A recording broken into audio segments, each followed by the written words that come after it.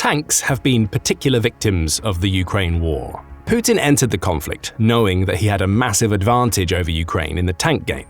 But he hasn't managed to press that advantage. Thanks to clever tactics that combine novel uses of drones and Western-made anti-tank weapons, thousands of Russian tanks now lie burnt out and abandoned on the battlefields of Ukraine. How many tanks? A staggering 10,000, accounting for almost every tank Russia had before the war started, and thousands more that they've built or revived from Soviet storage since. The losses are colossal, and they could spell doom for Putin in Ukraine.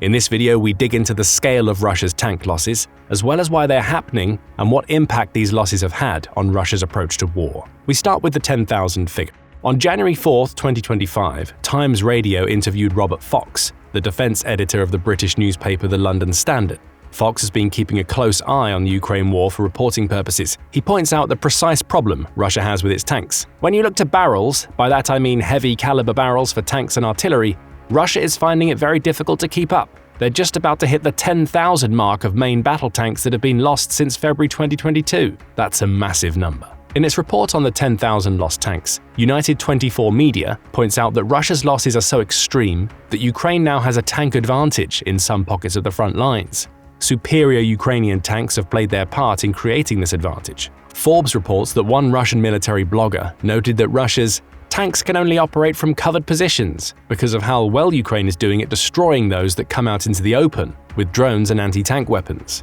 Ukraine's tanks, on the other hand, are able to operate more freely, according to the blogger, because Russia hasn't come up with a suitable counter for them. That's a massive problem for Putin. He started his invasion with a massive numbers advantage over Ukraine in the tank area. Even now, Global Firepower, which ranks the top 145 military nations in the world using 60 factors, says that Russia has 5,750 tanks to Ukraine's 1,144. But it's clear that even Ukraine, with a fifth of the number of tanks than Russia, is gaining an advantage in some areas of the front lines, with that advantage being enabled because Russia has lost so many of its battle tanks. Specifically, Ukraine's General Staff claims Ukraine has destroyed 9,760 Russian tanks. Other resources place the number lower.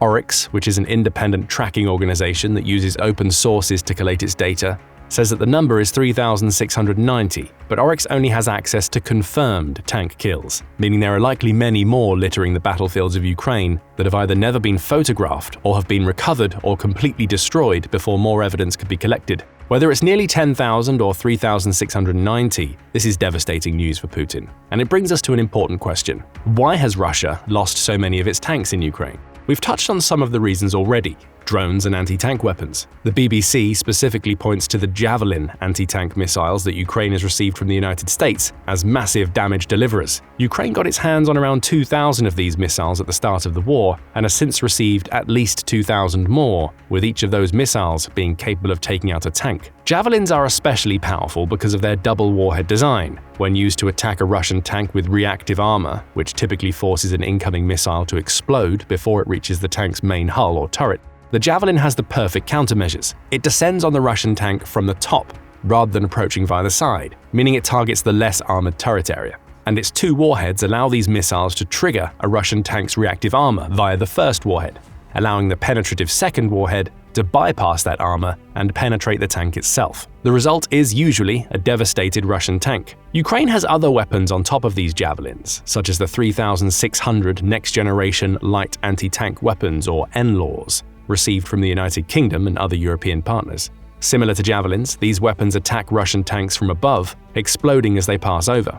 They don't have the same double warhead advantage seen in javelins, but they're powerful enough to take out tanks that don't have reactive armor because they target poorly shielded turrets. Add Ukraine's use of kamikaze drones, which hover around the battlefield and descend onto tanks before detonating the warhead they carry on the turret, and you have a potent mix of weapons designed to take out Russia's tanks.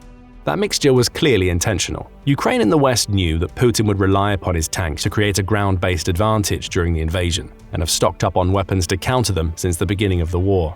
However, Russia's tactics during the war have also contributed to its massive losses. Many of Russia's attacks on Ukrainian positions rely on the use of battalion tactical groups, or BTGs. Each BTG is a self-contained unit containing numerous mechanized weapons, including tanks and artillery, as well as a small number of infantry to accompany the mechanized units. As Philip O'Brien, who works at St. Andrews University as a professor of strategic studies, puts it, Russia has relatively few troops to call on, so BTGs are a way of creating fighting units with lots of punch. Punch, those units certainly have. However, the lack of infantry support provided to BTGs is a problem.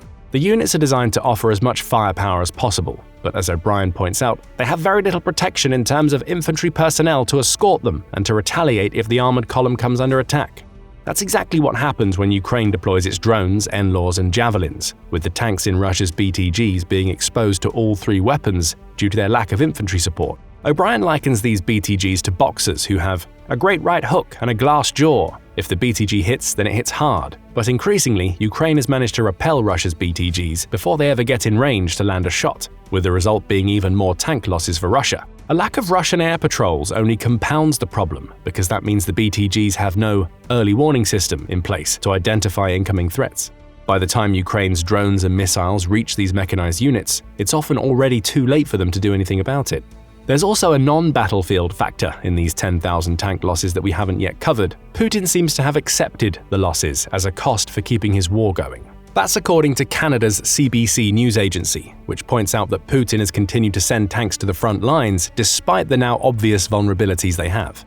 CBC says this is indicative of Putin's quantity over quality approach, especially now that he's using Soviet-era tanks in the assaults, with Putin seemingly believing that having more will win out in the end. The strategy appears to be to exhaust Ukraine's supply of anti-tank weapons while relying on having more BTGs waiting in the wings to inflict heavy punches. In other words, Russia sends glass-jawed boxer after boxer against Ukraine's metaphorical prizefighter until the Ukrainian fighter's defense is broken and one of the Russian boxer's punches finally lands. It works some of the time, and that fact makes it acceptable to Putin, according to Ukrainian military historian Andriy Karuk. Rebuilding an empire within the borders of the former USSR is Putin's goal, and the loss of tanks is a perfectly acceptable price for this, he tells CBC.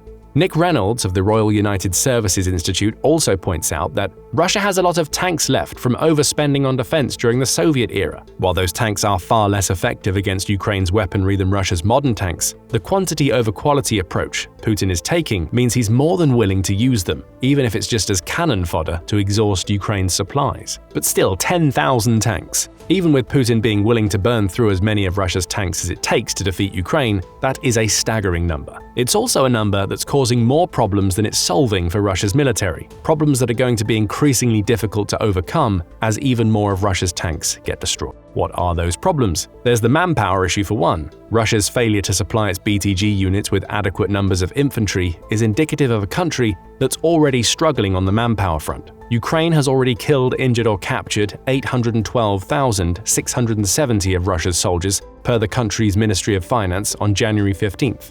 Russia is getting so desperate to keep its army stocked up with people that it's resorting to drastic measures, including hiring criminals and welcoming thousands of soldiers from North Korea, simply to maintain the pressure on Ukraine. What does this have to do with Russia's 10,000 tank losses? Well, more losses means fewer tanks in the field to support these soldiers. As Russia struggles to bring more people to the battlefield, those it manages to recruit find themselves being increasingly forced to attack fortified Ukrainian positions without the support of tanks. The result is even more death within Russia's military, because Putin is sending unsupported human waves. Ukraine has come up with a term to describe these types of attacks, meat assaults, and Russia is sending these waves sometimes as often as a dozen times per day to attack Ukraine's defenses. The Russians use these units, in most cases, purely to see where our firing equipment is located and to constantly exhaust our units, says Lieutenant Colonel Anton Bayev of Ukraine's National Guard. Our guys stand in position and fight, and when 4 or 5 waves of the enemy come at you in a day, which you have to destroy without end, it's very difficult, not only physically, but also psychologically. The Russian soldiers sent in these meat assaults are often not equipped with tanks. The situation has gotten so bad as of January 2025 that many resort to attacking in any vehicle on which they can get their hands. As the Kyiv Post reports, satellite images obtained from Russian depots, such as Vagzhanovo in Buryatia, show that they're stripped of up to, and sometimes more than, half of the stock they had before the war.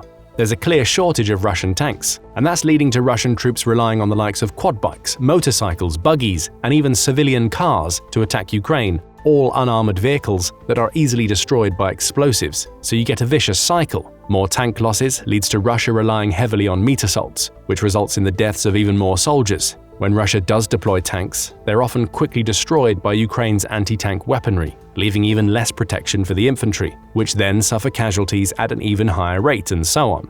In a nutshell, Russia's 10,000 tank losses are indirectly contributing to its massive personnel losses. Another side effect of those massive losses is a problem to which we've already alluded. Russia is being forced to field increasingly old and far more vulnerable tanks than it used earlier in Putin's special military operation. And even with those tanks, it's edging closer and closer to running out entirely. Robert Fox touches on this when he talks about Russia's tank shortages, noting that a shortage of materials is partly to blame for it running low on tanks. Sometimes Russia has the Soviet-era tanks ready, but it doesn't have the materials it needs to refurbish the barrels of those tanks, making them practically useless as an attacking threat. These sorts of tank-related problems were being highlighted as early as January 2024. Writing for Forbes, David Axe noted that then recent assessments suggested that Russia might run out of tanks entirely within 2 or 3 years. It's been 1 year since that claim was made, meaning Russia may only have 2 years left before its ground assault takes a serious hit. The situation would have been even worse for Russia if it wasn't able to rely on its Soviet-era stockpiles.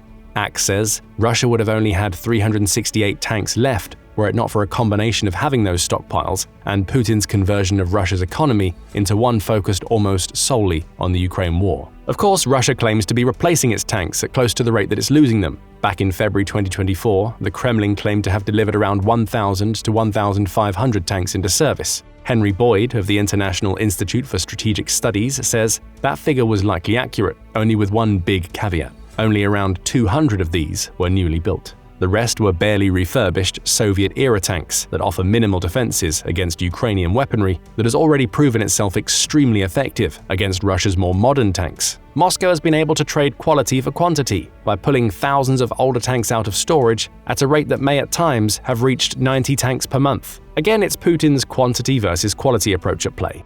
But even with the Soviet tanks in place, the numbers don't quite add up. Russia's 10,000 tank losses have taken around 3 years to amass. They amount to around 3,300 tanks lost per year, meaning the up to 1,500 being sent to the front lines annually are less than half of those being destroyed. Whether those tanks are brand new or Soviet era is almost irrelevant at this point. Russia is bleeding tanks left, right, and center. We also see another contributor to the cycle we mentioned earlier here. As Russia is forced to use older tanks, it makes its troops more vulnerable when attacking Ukrainian positions. Those tanks can be taken out more easily than Russia's more modern variants, which only creates more losses both in tanks and, by extension, personnel. The massive downside that Putin doesn't seem to anticipate is that his attempts to exhaust Ukraine's supplies with his quantity over quality approach is perhaps draining Russia's military at a faster rate than it's draining Ukraine's. And that's not the only problem that Russia's losses of 10,000 tanks is causing. Economically, there are issues too. Fox certainly seems to believe that Ukraine is betting on Russia's tank losses to combine with every other issue the special military operation has caused to spell economic doom for Russia. He references Kyrylo Budanov, who is the chief of the main directorate of intelligence of Ukraine's Ministry of Defense, essentially Ukraine's chief propagandist, as being the driving force behind that gamble. Budanov is betting on Russia getting into real trouble with its economy by the summer, Fox tells Times Radio. And that looks like being a very interesting point for Putin to navigate, and it could break him. Fox goes on to point out that Russia is just about managing to replace the soldiers it's losing in Ukraine. But as we've seen, the loss of so many tanks is contributing to Russia losing more soldiers, meaning the crude version of the personnel economy isn't going to hold up for much longer. There's also the very real monetary cost that comes with Russia losing over 10,000 tanks on the Ukrainian battlefield to consider. A single T-90 tank costs Russia around $4.5 million to build, according to the Five-Coat Consulting Group.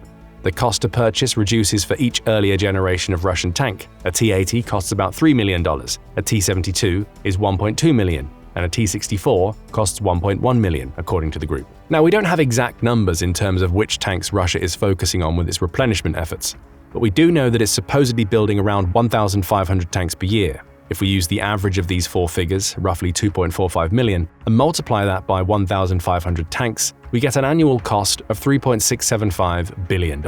In other words, Russia's tanks are a massive money sink. And that's before you think about all the money it's lost with the destruction of 10,000 tanks already. Using the same average manufacturing figure, Russia has burned through $24.5 billion worth of tanks, in addition to an annual cost of $3.675 billion since 2023. Assuming the same rate of tank production in 2024 means that Russia's tank losses have cost the nation a staggering $31.85 billion in 3 years. These figures are rough estimates, but they showcase the economic problems Russia's tank losses are causing. They've drained over $30 billion from Russia's economy while contributing to the personnel problems Russia faces, with the latter issue also threatening Russia's future.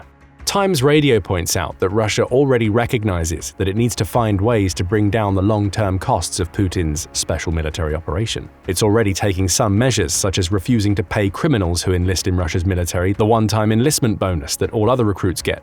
But such measures are likely too little too late. As Fox points out, the massive economic drain the war has created and the loss of 10,000 tanks that's also contributed to that drain are already having a dire effect on Russia's people. In economic terms, it looks ridiculous, says Fox. There is speculation that Russia's bank rate will go up to 23%. Inflation is just about heading towards double digits, it's 9%. Russia is finding it very difficult to trade in foreign currency. We can't trace all of these problems back solely to the loss of 10,000 tanks, but Western sanctions and other equipment losses have contributed just as much to this economic crisis in Russia. But it all comes back to Putin's idea that he can just spend on quantity, ignoring quality, to win against Ukraine.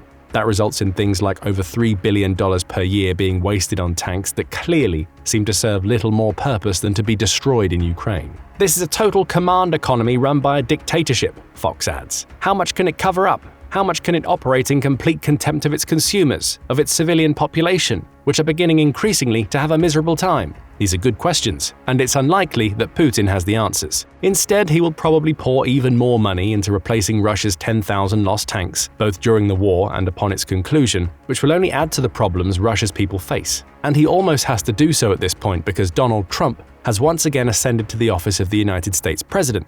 That ascension brings with it plenty of uncertainty, though it seems likely that Trump will push for peace between Ukraine and Russia. When that happens, Putin wants to be in as strong a position as possible so that he has leverage when he reaches the negotiating table. He needs to have that bargaining power because, as Fox points out, what Trump will want to prove with Putin is that he can best him. In other words, Trump will look to take advantage of any weaknesses, such as Russia's material and tank shortages, to point out that Putin has to make a deal because his country is facing serious problems. Putin's only possible recourse is to keep trying to replace his lost tanks, along with all of his other military equipment, so he can continue his push into Donetsk and position Russia's military as strongly as possible. Will that approach work? We'll only find out if peace talks happen. But for now, we want to know what you think about Russia losing 10,000 tanks in the Ukraine war. Are these losses the perfect demonstration that Putin is tactically inept? Or do you agree with Putin's assessment that losing 10,000 tanks is worth it as long as Russia continues gaining ground? Share your thoughts in the comments, and thank you, as always, for watching the video. Now go and check out Russia is running out of all its best tanks, or click this other video instead.